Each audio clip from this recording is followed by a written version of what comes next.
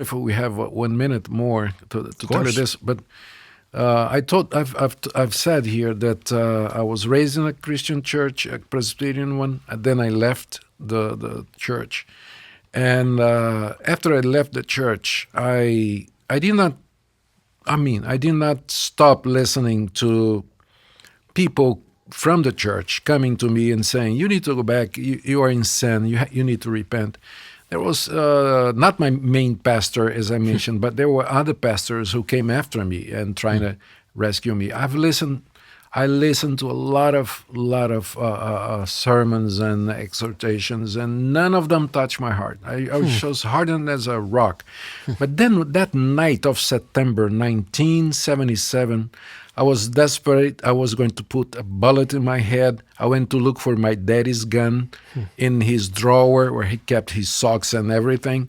And when I got up to the room, Mom was sitting there reading the Bible, something I didn't expect. And then she looked at me and said, "What's wrong, son?" And I said, "I think I'm going to do something bad." And then she said, "You sit here with me." And then she said, "Why don't you pray?" And for the first time in my life, Stephen, I really prayed. And as I prayed, it was like if heaven was open, someone was listening to me, and the burden of 100 tons just fell off my back. And I felt forgiven. It was as if Jesus just came riding his horse, in my heart and just putting down everything, breaking everything.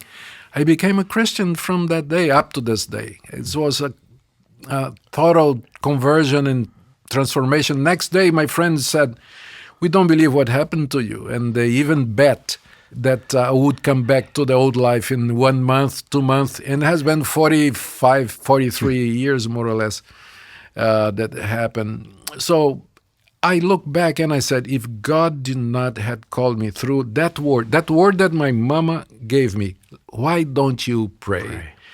So those words penetrated my heart in a way that I could not resist. So this is calling grace, is irresistible grace. This is what happened.